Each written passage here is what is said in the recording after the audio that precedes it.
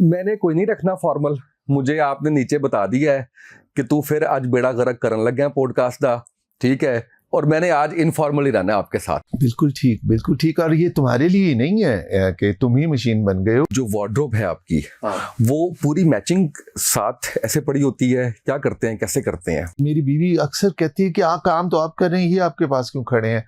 तो मैं सोचता हूँ कि पता नहीं ये इससे समझ नहीं आएगी। सारी बात बिल्कुल ठीक है। तो ये आपने क्या कहा है कि उन यंगस्टर्स के लिए क्या मतलब है आपका कहने का? अभी तो मैं नौजवानी से निकल के जवानी में कदम रख रहा हूँ। वो जो गुर्बत के थपेड़े हैं ना, वो बड़े कमबख्त होते हैं। हालांकि मारने वाले भी गरीब ही होते हैं, लेकिन वो कमबख्त आपसे आपकी इज्जत नफ्स भी छीनने की कोशिश करते हैं। नासरुद्दीन साहब का बयान वो गालिबन रीमा के बारे में था। क्या वजह लगती है आपको कि उन्होंने इस बात को नहीं एक्सेप्ट किया? नहायत कामयाब जिंदगी गुजार रही हैं, और इनका बेटा भी है, और पार्टीज में और उसमें अच्छी इंग्लिश, अच्छी ड्रेसिंग, और बिल्कुल एक क्लास की घरेलू औरत की जिंदगी गुजार रही हैं।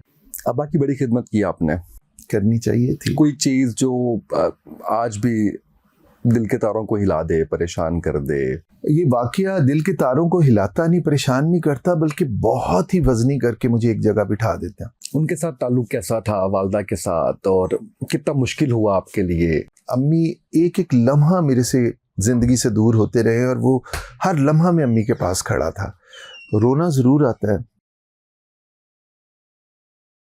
बिस्मिल्लाहिर्रहमानिर्रहीम, अस्सलाम वालेकुम। आप देख रहे हैं उसामा तैयब पॉडकास्ट। मैं हूं उसामा तैयब। मेरे बड़े प्यारे भाई, और दोस्ती भी मैं समझता हूँ कि है इनके साथ। ये पता नहीं अब ये इसको मानेंगे या नहीं मानेंगे। अदील बरकी साहब, लातादाद अवार्ड्स इनके पिछले दिनों एक वीडियो मैंने देखी इनके घर की, जिसके अंदर पूरी इनकी जो है वो दिखाया जा रहे थे सारे अवार्ड, सारे इनकी असनाद, और इतनी अच्छी आवाज़ है इनकी, और इनकी डिग्रीज़ की भी एक लाइन है जो लगी हुई है। और आर्टिस्ट हैं बाय बर्थ, मुझे लगता है कि ये आर्टिस्ट हैं। और इनकी हमने अक्सर इनको जो है वो मुख्तलिफ सरकारी इवेंट्स, जिनमें मैं समझता हूँ कि परफॉर्म करना किसी भी आर्टिस्ट के लिए किसी फ़ख्र से कम नहीं होता, हमने देखा कि उसमें ये परफॉर्म कर रहे होते हैं, बड़ा अच्छा परफॉर्म कर रहे होते हैं। और मुख्तलिफ टीवी चैनल्स पे आप इनको देखते हैं, कभी कभार होस्ट भी कर लेते हैं। और एक जो थोड़ा नहीं, बहुत सैड एलिमेंट है, वालदा का इंतकाल हुआ, और बड़ा अपसेट रहे। मेरा राब्ता तो नहीं उस तरह से रहा, लेकिन ज़ाहिर है कि मुझे कॉमन फ्रेंड से, मुझे कुछ पोस्ट से, कुछ चीज़ों से जो है वो पता चलता रहा। और उसी सिलसिले में उन्होंने एक परफ्यूम भी लॉन्च किया है। ये आप मेरे बैकग्राउंड में देख सकते हैं कि ये वालदा से मोहब्बत है इनकी, जिसकी वजह से ये परफ्यूम उन्होंने लॉन्च किया है। अल्लाह गरीक़े रहमत करे, और इनका जितना स्ट्रॉन्ग एक बॉन्ड था वालदा के साथ, अल्लाह इनको सब्र जमील दे। अदील भाई, बहुत शुक्रिया आपका। थैंक यू उसामा, बहुत शुक्रिया फॉर हैविंग मी ओवर। और मुझे नहीं पता कि आपको कितनी खुशी हो रही है, लेकिन आप जब बोल रहे थे तो मुझे एक बहुत ही शानदार फीलिंग आ रही थी। और ये फीलिंग उस वक्त की थी जब आपने अपना करियर शुरू किया था। मैंने कोई नहीं रखना फॉर्मल, मुझे आपने नीचे बता दिया है कि तू फिर आज बेड़ा गर्क करन लग गया पॉडकास्ट दा, ठीक है। और मैंने आज इनफॉर्मल ही रहना है आपके साथ। बिल्कुल, मैंने आप हो ले जितना मर्जी फॉर्मल, आप अपनी स्माइल रोक लें, हंसी रोक लें, जो मर्जी कर लें, आज नहीं और नहीं, क्योंकि मुझे इन्होंने कहा है कि मशीन चलने लगी है बोलने वाली, अब इससे बोली जाना है। मैंने आपको सुनना है। इतने पॉडकास्ट करते हो तुम कि वो वाकई मशीन बन गए। मशीन बन गए। कैसे हैं? बिल्कुल ठीक। और ये तुम्हारे लिए नहीं है कि तुम ही मशीन बन गए हो। कोई भी आदमी एक प्रोफेशन में, भले वो डॉक्टर हो, इंजीनियर हो, फौजी हो या पुलिस वाला हो, एक काम करते करते उसकी एक रूटीन बन जाती है। हाँ, लेकिन ये एक बड़ी मज़ेदार स्टेज होती है कि इस रूटीन में बस आप यूं नहीं हुए, टक्कर हो गई।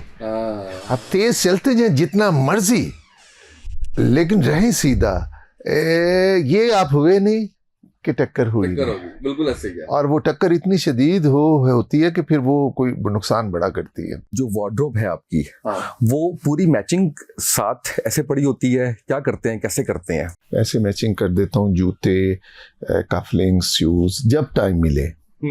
जब टाइम मिले, और भले करूं मैं खुद, लेकिन 2 ऐसे हेल्पर साथ होने चाहिए जो मुझसे बातें करते रहें, फिर मैं काम करता रहूँगा। और मेरी बीवी अक्सर कहती है कि काम तो आप कर रहे हैं, ये आपके पास क्यों खड़े हैं।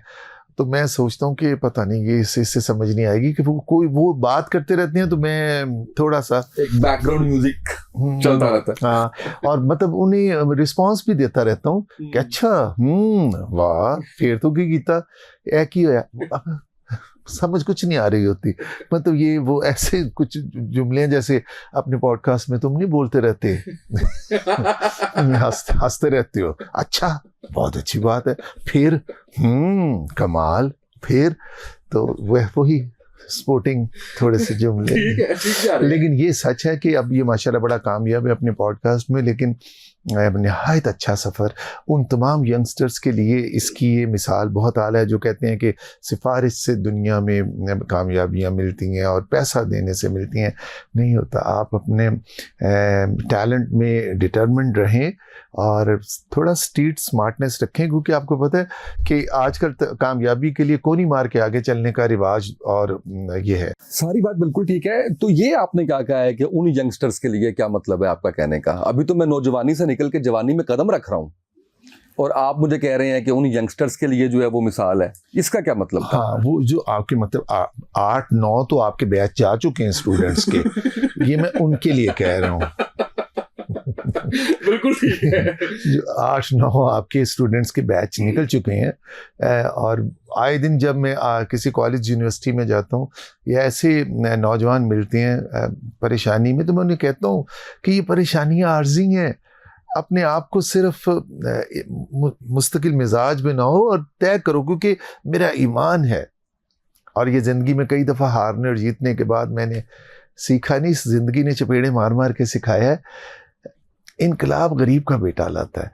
और क्योंकि वो जो गुर्बत के थपेड़े हैं ना, वो बड़े कमबख्त होते हैं। हालांकि मारने वाले भी गरीब ही होते हैं, लेकिन वो कमबख्त आपसे आपकी इज्जत नफ्स भी छीनने की कोशिश करते हैं। और वो जो एक कपड़ा आपके तन पर होता है, ये मिसाल दे रहा हूँ, जिसे आप हवा से कवर कर रहे होते हैं कि मेरा पर्दा रह जाए, मतलब वो पर्दा पैसे की मद में ही है ना। मैं आप ही की बात को आगे बढ़ाते हुए, हमारे बड़े एक अच्छे दोस्त हैं अली अब्बास, उन्होंने एक दिन मेरे से पूछा, किसी को वो मोटिवेट कर रहे थे, बात कर रहे थे, उसको कह रहे थे कि मेहनत करो ज़िंदगी में।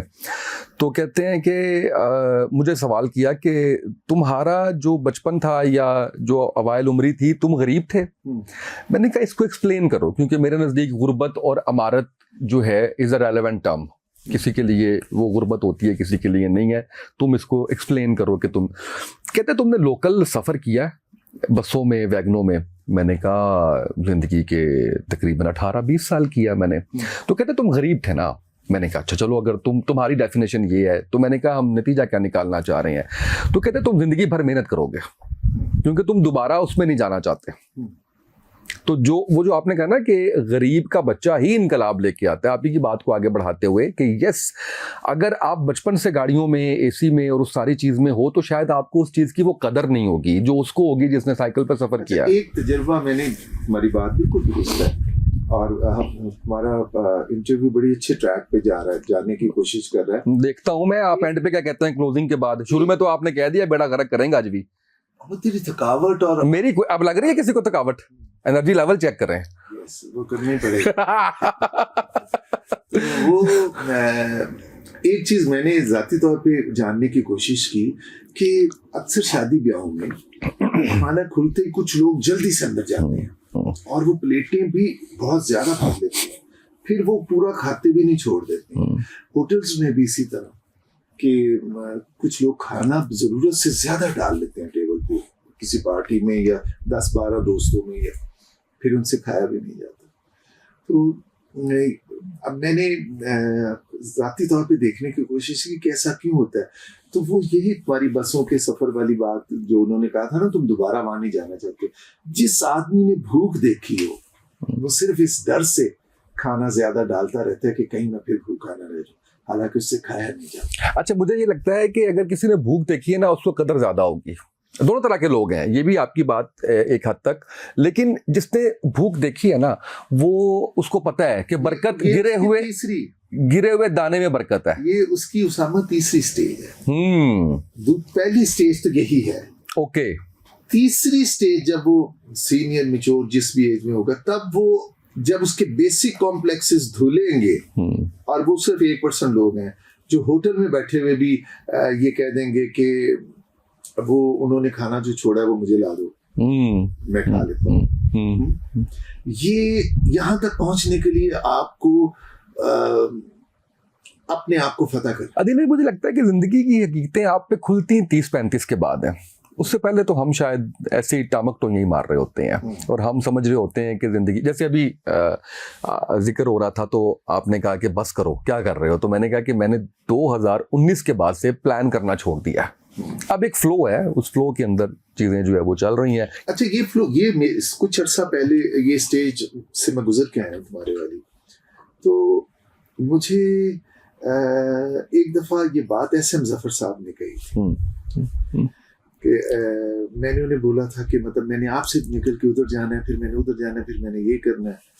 तो उन्होंने मुझे कहा कि अपने आप को तुम ऐसा क्यों नहीं तस्वुर करते कि तुम रेलवे टिकट, सिनेमा टिकट या किसी ऐसी विंडो में बैठे हुए हो, दिल लोगों के लेने वाले, जिससे ये परवाह नहीं कि धूप में कितनी लंबी लाइन है। बिल्कुल सही है। जो हाथ अंदर आएगा उसको जो है वो तुमने उसे डील करना है। जो हाथ अंदर आ गया तुमने उसे डील करना है, इंस्टेड के तुम देखो कि बाहर लोग इतनी दूर तक, फिर तुम इस बंदे को भी डील नहीं कर सकोगे जो तुम्हारे सामने आए। बिल्कुल सही, बिल्कुल सही। तो असल में जिंदगी की कोई एक गुत्थी है नहीं उसामा, कि आप समझिए कि मैंने ये करना है तो मैं खुश रहूंगा। आप ये समझ लीजिए कि जिंदगी शाहराह जिंदगी में आप कितने भी अच्छे ड्राइवर क्यों नहीं है, अगर एक बंदे ने गाड़ी आप में हिट करनी है तो आपकी ड्राइवरी वहां कहाँ जाएगी? बंदा आके सीधी मार देगा तो आप तो अब यूं करके बचा सकते हैं ना, पर एक साइड तो आके मार ही देती, कम गया। बस मुझे ये लगता है कि ये जैसे 35-36 के बाद आपने बोला कि हमें आती है, हम थोड़े सेंसिटिव अगर ज्यादा ना, तो हमें ये भी समझ में आ जाती है कि दुनिया बनाने वाले ने ये गेम बनाई हुई है, ये है जिंदगी, ये फलसफा समझ आ जाता है। यानी ऑफ कोर्स मुझे बेशुमार कॉम्प्लेक्सेस थे। मैंने बताया ना, फैमिली में अल्लाह ताला मेरे वालिद साहब को, वालिदा को बड़ी की रहमत करे, आमीन। हर माँ बाप अपने से ऊपर वाला रुतबा अपनी औलाद को देता है, मेहनत करके। नहीं है, यानी मेरे वालिद अगर सेंट्रल मॉडर्न में पढ़े हैं तो उनकी ख्वाहिश होगी कि उनका बेटा कैथीड्रल में, जॉन मैकडॉनल्ड में, एचएसएन में, एलएएस में, ब्लूमफील्ड हॉल में, एस्ना फाउंडेशन में, लाकास में, वहां पढ़े। बिल्कुल ऐसे ही है।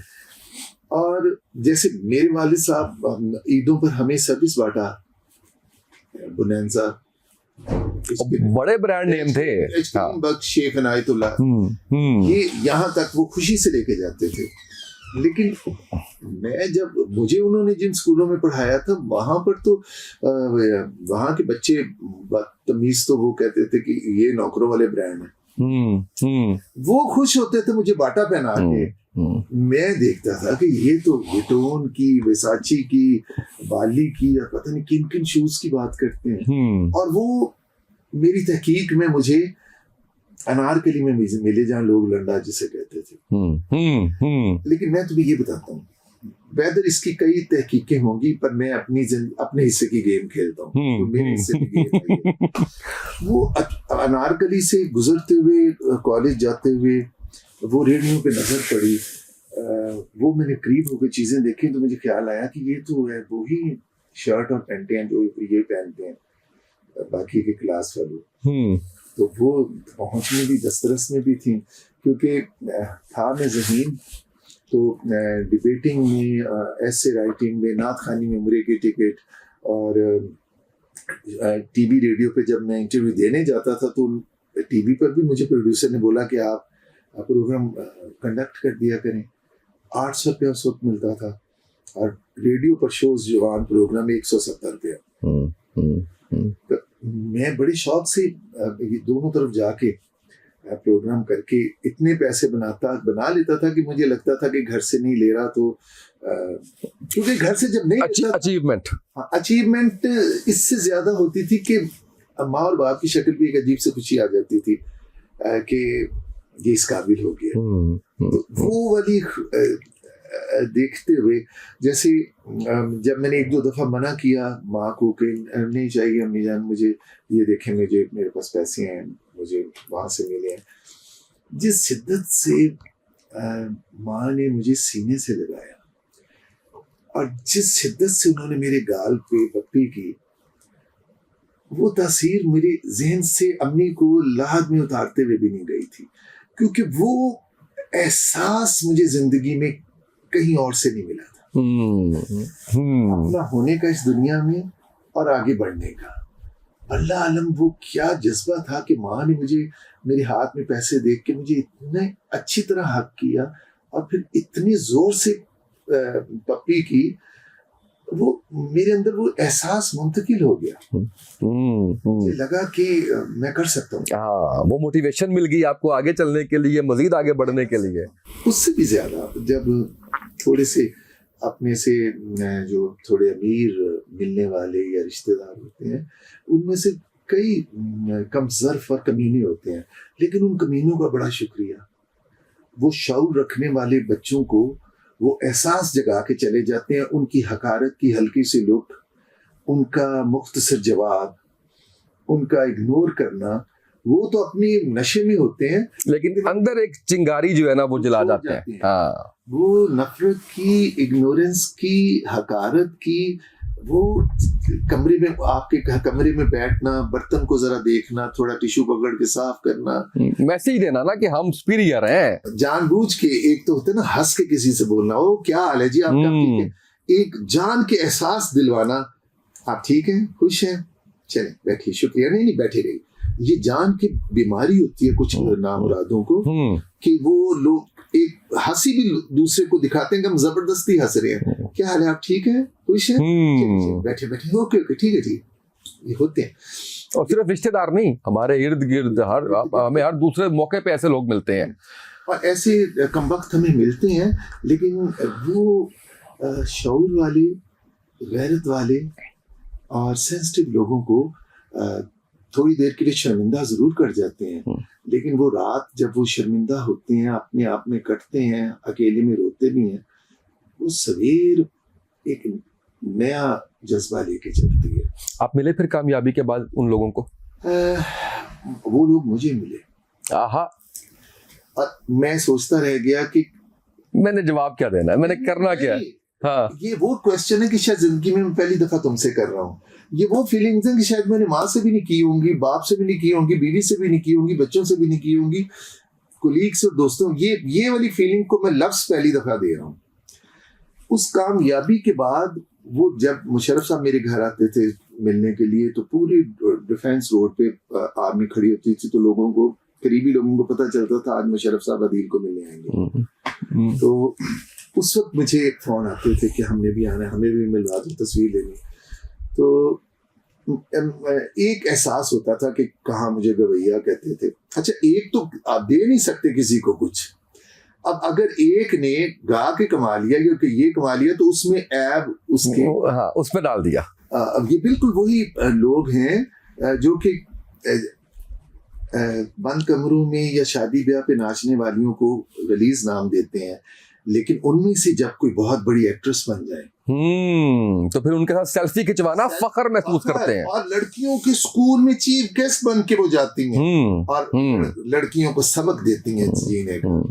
और अचानक मिलने वाले, कोई उन्हें बेटी कह रहा होता है, कोई उन्हें भाभी कह रहा होता है। थोड़ा सा एक स्टेप आगे जाए ना, फिर रमजान के अंदर रमजान ट्रांसमिशन करके मदद पढ़ा रही होती हैं। ठीक है, वो गलत नहीं होती हैं। वो तो अगर देखा जाए, पिछले दिनों में एक बात चली थी कि एक अदाकारा का ताल्लुक एक पर्टिकुलर एरिया, नासिर अदीब साहब ने कहा था, नासिर अदीब साहब ने कहा वेरी क्लोज टू, फिर बाद में माजरत भी की थी उस पर।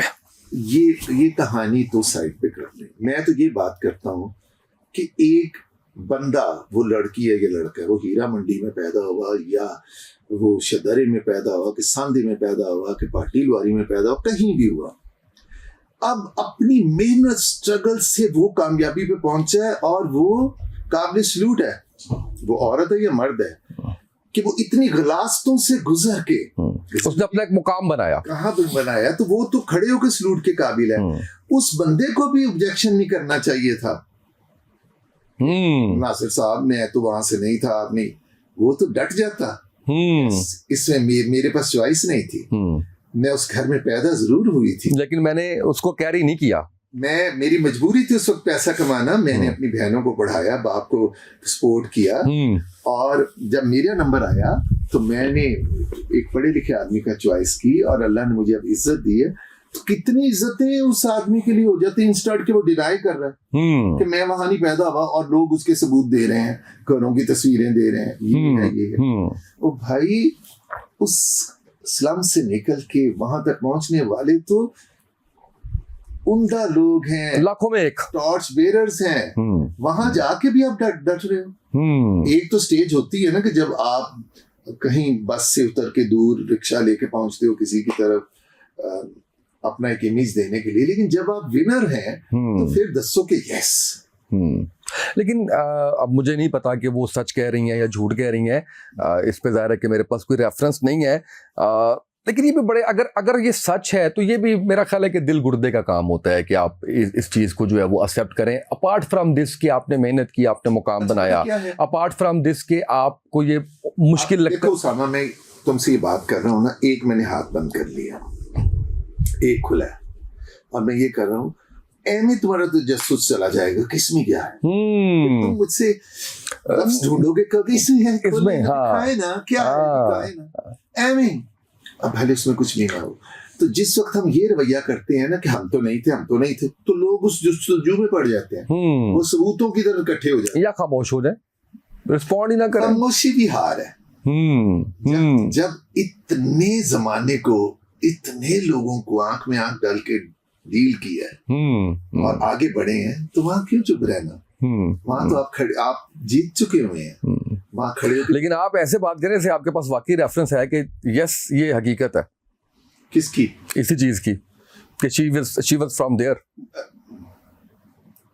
ऑफ कोर्स उनका ही नहीं, और भी ये हकीकतें हैं, ऐसा नहीं है, ये इसमें हकीकत। चले खैर, हाँ सही कि हम ये कहना चाह रहे हैं कि ओन कर लें और उसमें बड़ा मजीद कद बड़ा हो जाएगा। पैसे की कमी कोई गाली नहीं हुआ करती, और वाह ना मेरे पास ये। अब बताएं मैं कमाल कहूँ या ना कहूँ इस फिक्रे पे कि पैसे की कमी जो है वो कोई खामी नहीं है, कोई बुराई नहीं है, किसी की बुराई नहीं। और एक गरीब के घर में पैदा होना वो ऐब नहीं है, गरीब मरना शायद एक हसरत हो सकती है, लेकिन आप, मेरा तो उस पे भी थोड़ा सा और वो है मेरा का यहाँ भी सामान में आपको, लेकिन एक सुन ले, मेरा इसमें मरने वाली बात पे इख्तलाफ थोड़ा सा जरूर है कि मैं तो ये समझता हूँ कि ये जो फैसले अल्लाह की तरफ से होते हैं, बरकत के, रहमत के, अमारत के, इन सारी तरफ जाऊं तो फिर सारी चीजें ही अल्लाह के ऊपर डाल। यस, तो ऐसे ही है वो एक और चैप्टर। लेकिन हमने अपनी मेहनत तो करते रहना है ना, हमने अपनी कोशिश करते रहना है, उस कोशिश में अगर कमी आती है तो हम फिर। मैं तो ये समझता हूँ कि मेरी जिंदगी पे जैसे एक फिल्म बनना नागजीर हो, पूरी कहानी एक फिल्म की है, और मुझे लगता है कि मैंने जो तहज्जुद की नमाजों में और फकीरों को गुजरते हुए थोड़े थोड़े पैसे दे के दुआएं लेने में, अपने बुजुर्गों के पाँव को तेल लगाते हुए कि दुआएं मांगने, दुआ करें मैं कामयाब हो जाऊं, दुआ, वो दुआएं उनसे ज्यादा मुझे लगी, जो मैं सोचता था उससे ज्यादा तकदीर ने मुझे दिया। सिर्फ पैसा ही नहीं, इज्जत, शोहरत, अच्छी बीवी, बहुत काबिल बच्चे भी, और ज़हनी सुकून और सारा कुछ।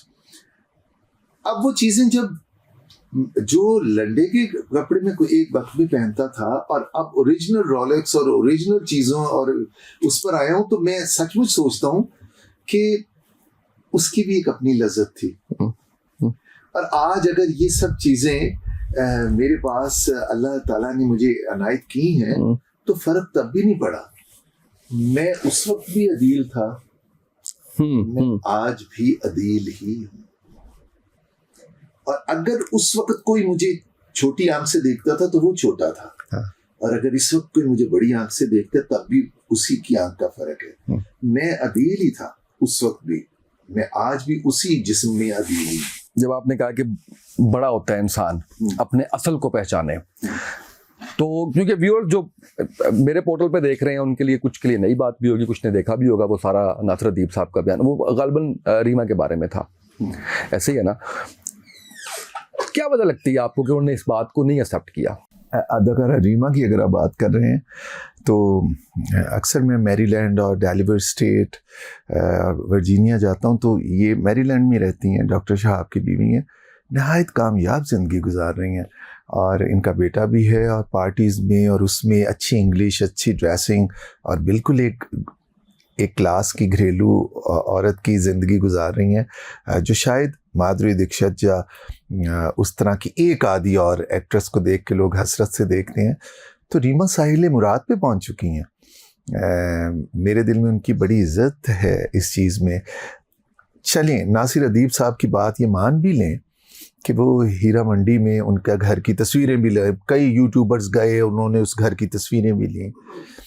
वो अब सैया की बेटी हैं जो मुल्तान से जिनका ताल्लुक़ है, और सैया भी अपने दौर की अच्छी गुलकारा थी और उनका भी एक सर्टन ताल्लुक़ था। फिर इनकी एक बहन कोक स्टूडियो में और बग्गे के साथ गा भी रही हैं। बहन की बेटी भी इनकी सिंगर है। मुझे ये लगता था कि नासिर अदीब साहब या कोई और कितने भी दावे करें कि इनका ताल्लुक़ कहीं से भी था, मेरे दिल में तो रीमा की इज़्ज़त बहुत बड़ी कि अगर इनका ताल्लुक़ वाकई उस घर से और उस बाज़ार से था और ये इतने कठिन रास्तों से होते हुए अपने दामन को बचाते बचाते बचाते दाग लगे भी होंगे, लेकिन ये साहिल मुराद पे पहुंची हैं, तो सल्यूट है। क्योंकि ये उस घर में पैदा हुई, ये इनकी चॉइस नहीं थी, लेकिन लगता है कि डांस करते हुए, फिल्मों में काम करते हुए इनके अंदर एक अच्छा इंसान ज़रूर था, जो एक अच्छा इंसान बनना चाहता था। तो उन सारे रास्तों से गुजर के ये साहिल मुराद पे पहुंच गई हैं। रीमा को डिनाई नहीं करना चाहिए, रीना को बताना चाहिए, ताकि सब लोग खुल के रीमा की और इज्जत करें। अब्बा की बड़ी खिदमत की आपने। करनी चाहिए थी। कोई चीज़ जो आज भी दिल के तारों को हिला दे, परेशान कर दे, कोई वाकया, कोई ऐसी चीज़? ये वाकया दिल के तारों को हिलाता नहीं, परेशान नहीं करता, बल्कि बहुत ही वजनी करके मुझे एक जगह बिठा देता। अब्बा को मेरा म्यूज़िक कभी भी पसंद नहीं था। उन्हें ये लगता था कि शायद जैसे मैंने लॉ किया तो उमर बिन दयाल साहब मेरे टीचर थे, अली ज़फ़र साहब मेरे टीचर थे पंजाब यूनिवर्सिटी लॉ कॉलेज में, आज़म नज़ीर ताड़न मेरे साथ थे जो अब लॉ मिनिस्टर हैं, आफ्ताब फुलरमान SSP बने हैं, वो भी, उन्होंने भी मेरे साथ लॉ किया। उन्होंने फिर बाद में लॉ करके मैं SM ज़फ़र के ऑफिस में, उनके साहबजादे ही थे अली ज़फ़र साहब, अल्फला सिनेमा के सामने वाली बिल्डिंग में उनका ऑफिस था। तो नासरा जावेद इकबाल साहिबा भी हमारी टीचर थी, तो मैं उनके साथ जाता था और थोड़ी देर मैंने जैसे उनके साथ गुजारा वक्त, तो ये चीज़ मुझ पे क्लियर हो गई कि ये 30,000 जो मुझे मिल रहा है, ये बहुत तरक्की के बाद भी 80,000 लाख में जाएगा, और उसके अंदर ना तो मैं गाड़ी ले पाऊँगा और ना मैं वो ज़िंदगी गुजार पाऊँगा जिसमें एक मुतमईनी होती है। उसी बीच में मेरा म्यूज़िक जो था वो थोड़ा सा अल्लाह ताला ने बाजू पकड़ा, और मेरी एजुकेशन के दौरान ही मुझे प्राइवेट शोज़ मिलना शुरू हो गए, क्योंकि मैं बहुत दिल से गाता था और लोग बड़े दिल से सुनते थे और बहुत घंटों में गाता रहता था। तो वो सारी फैमिली अब मुझे मिलती हैं, उनमें से ये बहरिया वाले भी हैं, मलिक रियाज साहब, इनके पास ऐसे असलम बेग साहब उस वक्त बहरिया के एक हिस्से के इंचार्ज थे, तो अस्मा आंटी उनकी मिसेस भी इन्वॉल्व थी और उनका बेटा भी बहरिया के उस प्रोजेक्ट में था। तो मलिक साहब अक्सर मुझे पिंडी जहाज़ से लेने के लिए आते थे, और फिर एक दफ़ा इन्होंने रेड कलर की इंटरकूलर ली, और मुझे पता है कि इन्होंने मुझे बताया कि अदील मियाँ ये गाड़ी मैंने 17 लाख की ली है। खैर, तरक्की करना और सबका जज्बा है, और जो तरक्की करते हैं उन्हें भी सलाम है, कईयों के वो राज़िक होते हैं। तो अब्बा कहते थे कि ये ठीक है, म्यूज़िक नहीं। हालांकि जब मैं कॉलेज स्कूल में गाता था तो वहाँ मैंने उम्रे के टिकट भी विन किए, दूसरे भी किए, तब तक खुशी थी उन्हें। लेकिन जब डिफेंस क्लब ने अब बैनर लगाया या जिमखाना ने बैनर लगाया तो उन्हें नागवार गुजरा। उन्होंने कहा ये नहीं होना चाहिए। अब्बा की सोबत थी इशफाक अहमद साहब से, बानू कुदसिया से, मुनीर नियाजी साहब, ये असातीर से वो जो लेडी थी अपना अहमदुद्दीन कासमी साहब के साथ होते थे, ये सारे अब्बा के पास बैठते थे। अब्बा उसमें खुश थे। तो एक दिन इशफाक साहब ने कहा कि मैंने एक प्रोग्राम इसका सुना है अदील का, तो ये बड़ा अच्छा गाता है। पंजाबी में उन्होंने कहा ये उसरा नहीं गांदा जिस तरह तुसी समझदे हो कि गई इन सुनने वाले भी उसरा नहीं सुनते, इन बड़े प्यार ना लोग सुनते हैं ऐसा। फिर मुशर्रफ साहब घर आए, उन्होंने अब्बा से कहा कि आपको तो फ़ख्र करना चाहिए इस पर, ये बताता है कि आप वैसे। तो अब्बा के चेहरे पे मैंने स्माइल देखी। अब्बा किसी भी रीज़न के बगैर आहिस्ता आहिस्ता ऐसे बीमार होते चले गए कि बिस्तर पर आ गए। अब मैंने उन्हें नर्स रख के दिया, मेल नर्स था, तो मैं जाता था। एक दिन मैं निकल रहा था तो अम्मी ने मुझे कहा कि अपने बाप का पैम्पर खुद चेंज कर दिया करो। अब वो मेल नर्स जाता है तो मुझे अजीब सा लगता है। तो मैंने कहा वो रख के तो दे दिया मेल नर्स, और मैं क्या करूं? तो मैंने कहा आप बदल दिया करें उसे निकाल के। यानी इतनी ज़ुबान दराजी खुली भी होती है औलाद की। तो मैं ये कह के निकल गया। तो अम्मी ने पीछे से मुझे कहा कि शर्म आई है मुझे तुम्हारा ये जवाब सुन के। पीछे से अम्मी ने ये लफ्ज़ कहा मुझे। मैं चला गया। गाड़ी चलाते हुए ये बात कहीं कि मुझे बाज़ गश्तें गूंजती रही कि शर्म आई है मुझे तुम पे। और मैंने अपने रवैये पे नोट किया कि मैंने क्यों ये किया। क्या मैं पैसे दे के नर्स रखने के बाद इतना स्टबन हो गया हूँ कि मैं, खैर मैंने आके अब्बा का पैम्पर बदलना शुरू किया। पहले मैं कपड़ा सा लपेट लेता था, फिर आहिस्ता आहिस्ता मैं यूज्ड टू हो गया। एक दिन मैं अब्बा का पैम्पर चेंज कर रहा था। सामने टीवी पर मेरा पीटीवी पर एक प्रोग्राम चल गया, उसमें मेरा गाना चला सैफुद्दीन साहब का जब तेरे शहर से। अब्बा का कोई म्यूज़िक में दिलचस्पी नहीं थी। उन्होंने कहा पहले आहा हा हा वाह यार तू तो बड़ा अच्छा गाता है। और मुझे पता था ये सच नहीं है। मैं करता रहा सफाई। एंड देन मेरा बेटा सलार छोटा सा था, वो भी 1 साल का होने वाला था। क्रॉलिंग करके वो सहारा लेके बेड के ऊपर खड़ा हो गया जहाँ मैं अब्बा का पैम्पर बदल रहा था। तो मैंने पैम्पर बदल के पाउडर लगाया तो अब्बा ने मुझे कहा कि यार बड़ी मेहरबानी, मैं तो कितना तंग करना है, तो तेरी बड़ी मेहरबानी। उन्होंने ये कहा तो मैंने नज़र उठा के देखा तो वो छत को ही देख रहे थे। उन्हें देख के बेटा मेरा आ कर रहा था, मेरी उस पर नज़र गई। उसकी आवाज़ से एक अजीब सी खिड़की खुल गई ज़िंदगी की कि मैं अपने बेटे का जब पैम्पर बदलता हूँ तो 3 दफ़ा उसे किस करता हूँ, प्यार करता हूँ और पैम्पर बदलता हूँ। तो मेरे बाप ने पैम्पर या लंगोट मेरा बदलते हुए मुझे कितनी किसियाँ की होंगी। और आज ये इतने बेबस हैं और मैं बदल रहा हूँ तो ये मुझे कह रहे हैं कि तेरा शुक्रिया। एंड ये सुन के आंखों से ना रुकने वाला सैलाब निकल आया। अब्बा यही कहते रहे कि मैंने क्या कहा है बेटा, मैंने तुझे क्या कहा है। अम्मी अंदर आई और अम्मी को अक्सर लगता था कि अब्बा मुझे टोकते हैं और मैं जाके कहता था कि उन्होंने मुझे डांट रहे हैं। तो अम्मी ने आते ही उन पे चढ़ाई शुरू कर दी। क्या आपने फिर उसे कुछ कहा है, क्या किया उसने, अब आपकी कर तो रहेगी। और वो कहते जा रहे हैं मैंने कुछ नहीं कहा, मैंने कुछ नहीं कहा। तो मैंने कहा अम्मी इन्होंने कुछ नहीं कहा। मैंने कहा इन्होंने ये कहा है बस कि तेरा शुक्रिया। तो मैंने कहा शुक्रिया किस चीज़ का अब्बा, आपने मुझे पाला पोसा, कितनी दफ़ा आपने मेरे पैम्पर बदले, आज मैं आपका पैम्पर बदल रहा हूँ तो आप मुझे कह रहे हैं तेरा शुक्रिया।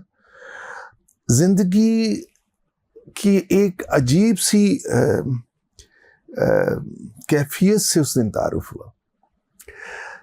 मुझे ये लगा कि ये ज़िंदगी अपने अंदर इतनी चीज़ें रखती है कि हम उसे समझ नहीं पाते। कभी कभी हम सिर्फ उन चीज़ों के लिए, अक्सर हम उन चीज़ों के लिए फरामोश कर देते हैं अपने खूबसूरत रिश्ते, जिन चीज़ों में से एक चीज़ भी हमारे साथ नहीं जाती। हम अच्छे कपड़े, अच्छी घड़ियाँ, अच्छे शूज़, अच्छी गाड़ियाँ, अच्छा घर सजाना, अच्छी ट्रॉली सजाना, इन चीज़ों पे हम तवज्जो इतनी देते हैं कि हम ज़िंदगी की बेस से दूर चले जाते हैं।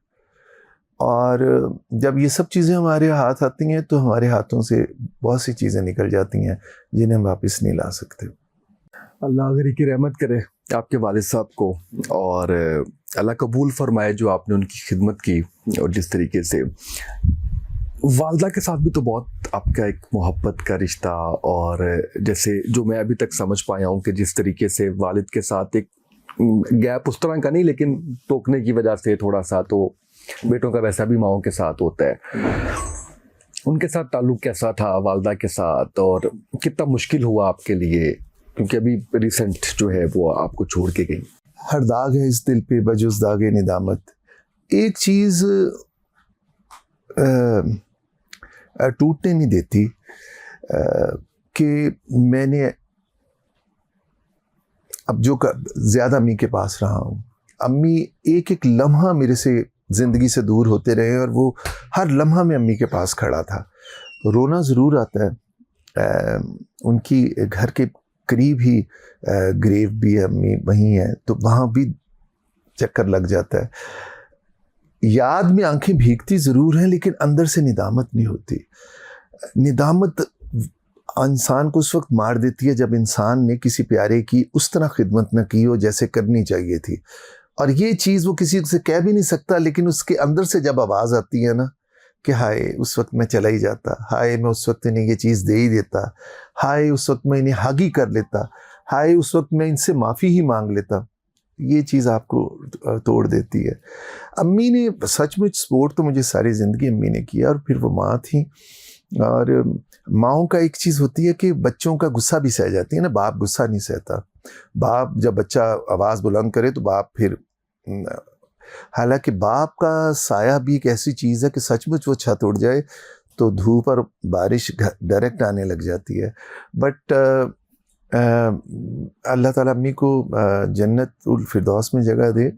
उनके जाने से जो गैप आया वो अपनी जगह, लेकिन एक चीज़ हमेशा ये मेरे साथ रहती है कि मैं आखिरी सांस तक अम्मी के साथ रहा। और ले जाने वाले ने उस वक्त अब दिखाना था कि दुनिया बनाने वाला वो है, तो डॉक्टर्स भी खड़े थे, मैं भी खड़ा था, तो उसने उस दिन बताना था कि तू बेबस है, मैंने आज इसे लेके ही जाना। तो जितनी वो ड्रिपें लगाने की कोशिश कर रहे थे, सामने नज़र आ रहा था पोटाशियम कम हो रहा है, कैल्शियम कम हो रहा है, हार्ट बीट बढ़ती जा रही है, डॉक्टर कह रहा था दिल थक जाएगा। ड्रिप लग ही नहीं रही थी, जहाँ सुई लगाते थे वहीं से ख़त्म, जहाँ सुई लगाते थे वहीं से ख़त्म। सो वो चले गए अम्मी। लेकिन आखिरी वक्त में इतनी फ़लसफियाना अम्मी ने आखिरी बात की, यानी सुबह 4 बजे अम्मी गए हैं तो तकरीबन 1 बजे उस समय अम्मी ने ये लफ्ज़ कहा कि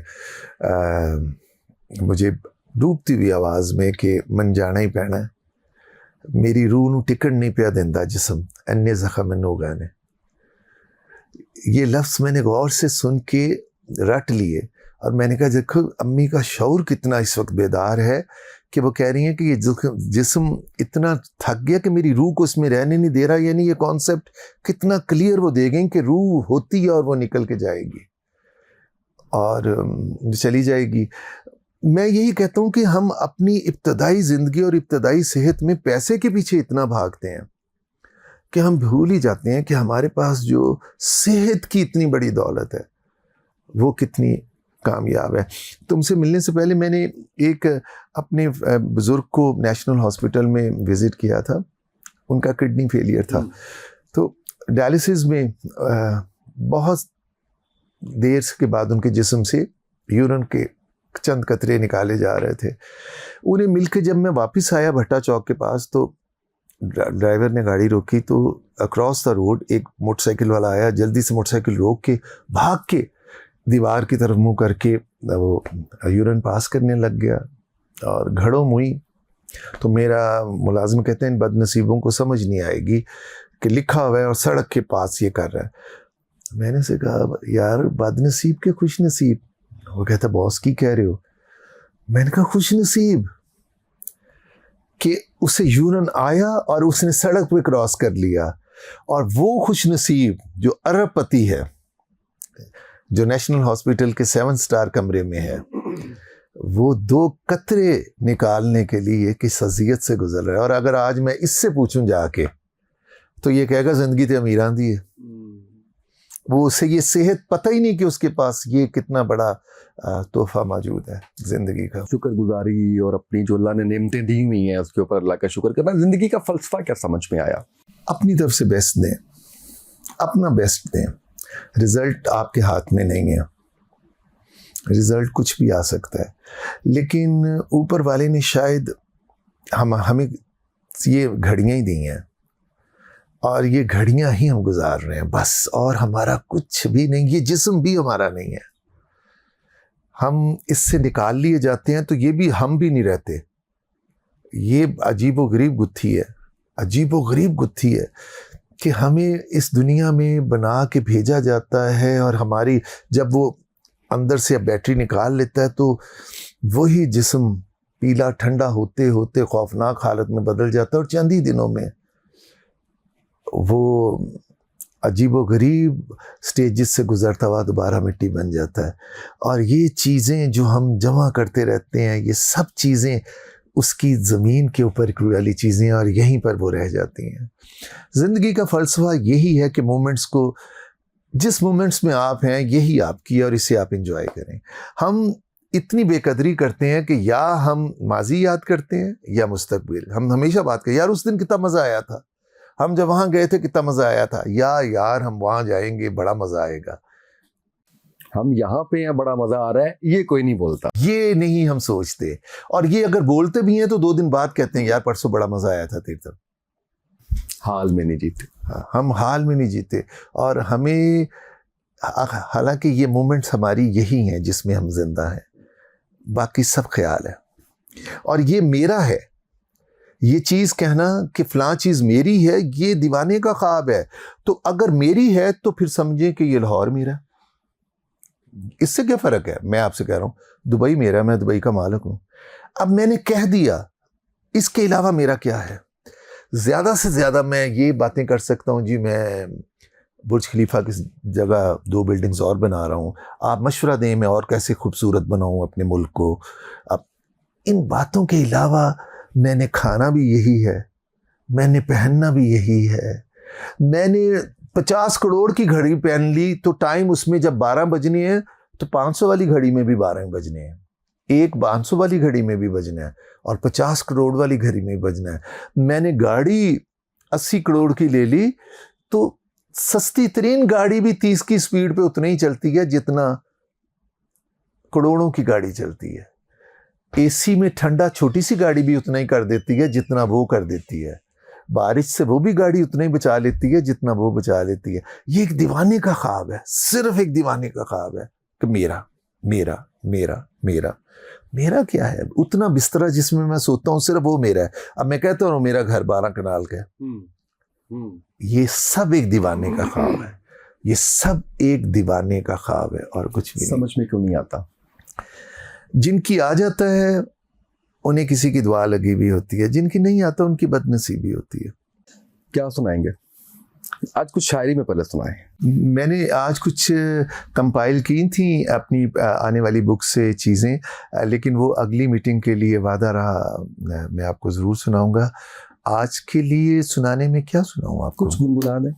वही सुनाता हूँ जो बाबा बुल्ले शाह का कलाम आप भी बड़े शौक़ से सुनते हैं, और मुझे भी हर दफ़ा वो एक दोबारा सबक दे के जाता है कि मक्के गया गल मुकदी नाही,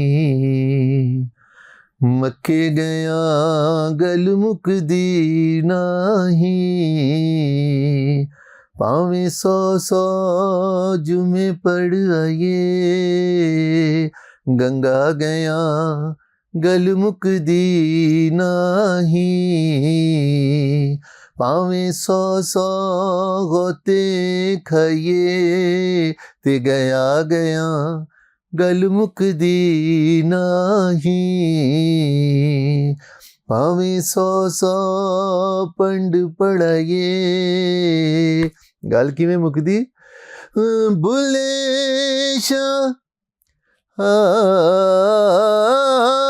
आ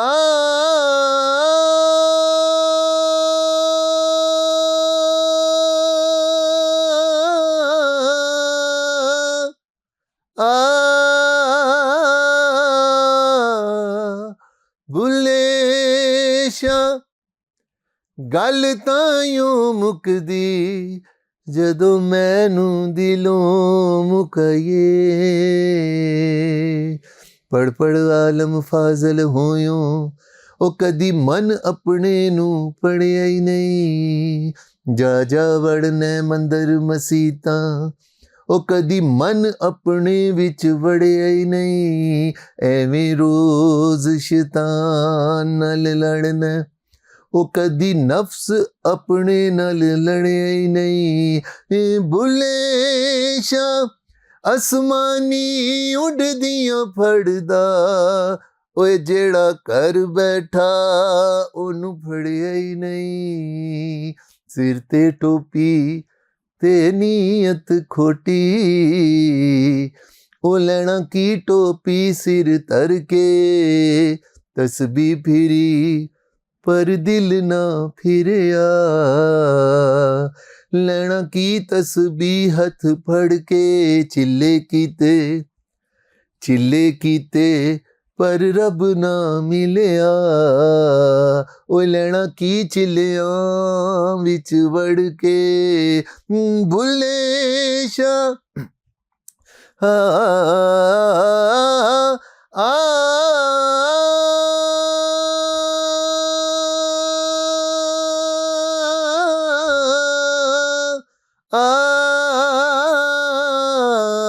बुले शाह जाग बिना दुध नहीं जमदा भावें लाल होवे कड़ कड़ के वाह, क्या बात है अदील भाई, बहुत शुक्रिया। Thank you. और ये मैं अपनी बुक तुम्हारे लिए लाया हूँ। अरे वाह, क्या बात है। इसका 3रा एडिशन आया, ये गुस्ताख निगाही का गिला। और ये किताब जी अदील भाई की गुस्ताख निगाही का गिला, और ये मैं पढ़ूंगा और इस पे ज़रूर जो है वो मैं रिव्यू भी दूंगा। रिव्यू से मुराद मेरी क्या औकात में रिव्यू दूं, मतलब ये कि इसमें से पढ़ पढ़ के सुनाऊंगा आप लोगों को मैं, ये जो है वो। और ये कि डिफरेंट था हमारा पॉडकास्ट, डिफरेंट इस तरह से कि हम एक रब से शुरू तो किया हमने, लेकिन जिस डायरेक्शन में हम चले गए उसमें बड़ी गहराई थी। और मैं ये समझता हूँ कि ये क्रेडिट आपको जाता है कि इतनी शानदार आपने गुफ्तगू की हमेशा की तरह, और ये सिलसिला चलता रहेगा इंशाल्लाह। सीज़न 3 में फिर आपको इनवाइट करेंगे, दोबारा आपको बुलवाएंगे। और ये जो हमारा जो परफ्यूम है, इसके लिए बहुत सी नेक तमन्नाएं। ये अम्मी की याद में मैंने बनाया। अम्मी को हम बोबो जान कहते थे, और अम्मी को ऊद की स्मेल बड़ी पसंद थी। अम्मी के कपड़ों से, बिस्तर से ये खुशबू हमेशा रची बसी रहती थी। क्या बात है। ये है जी ये अदील बरकी बोबो जान, और ये प्योर ऊद है। और इसको हम जो है वो वाओ वाओ, ये जरा आप इसको देख लें। मैं अभी से क्यों ना इसका आगाज करूं।